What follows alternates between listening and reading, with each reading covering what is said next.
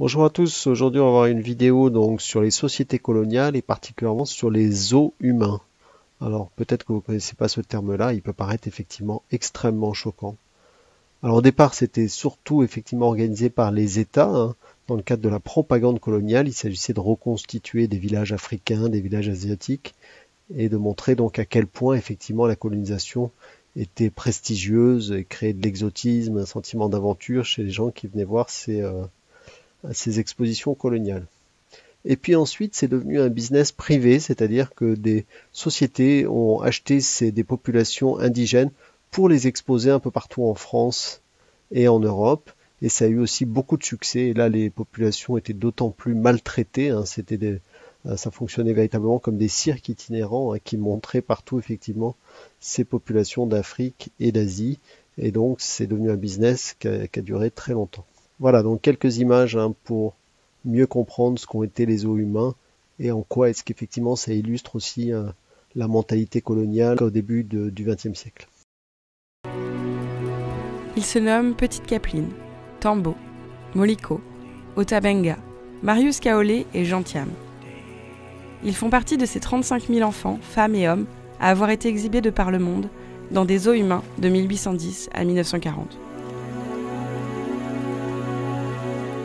L'histoire de ces zoos humains est une histoire de la colonisation et du racisme. Ces êtres humains fascinent parce qu'ils sont présentés comme sauvages, présentés comme anormaux, présentés comme ayant des difformités ou ayant des mœurs particulières, telles des cannibales. Et là, la fascination est fondamentale pour expliquer le succès des zoos humains, cette attirance pour l'autre, de l'étrange, de l'extraordinaire. Les zoos humains deviennent une marque de puissance pour toutes les grandes nations de l'époque coloniale, qui organisent et institutionnalisent ces expositions. Les zoos humains, c'est le passage progressif d'un racisme scientifique à un racisme populaire.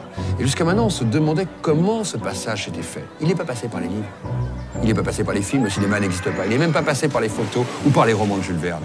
Il est passé par une culture populaire où on allait voir le sauvage en se divertissant le week-end au jardin d'acclimatation de Paris ou au pied de la Tour Eiffel. Je ne suis pas sûr que les personnes qui venaient visiter avaient cette distance en disant voilà, c'est un business, donc ce n'est pas vraiment vrai.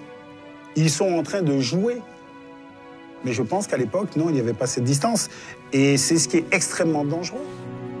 Les exhibés vivent un enfer. Déportation, maladie, humiliation. Beaucoup ne retournent pas auprès des leurs et meurent en terre étrangère. C'est un traumatisme dont les descendants ont du mal à se libérer. Bien sûr, il n'y a pas eu mort d'homme, mais ça ne devrait pas exister que des hommes traitent d'autres hommes comme ça, quoi. Cette histoire doit être racontée. Tout simplement pour que les erreurs du passé ne se répètent pas à l'avenir.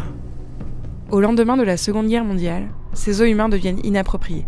La libération des peuples colonisés marque la fin de 100 ans d'exhibition d'êtres humains, devant près d'1,5 milliard de spectateurs. L'Occident cherche à effacer ce passé honteux, et les zoos humains sont bannis de la mémoire collective.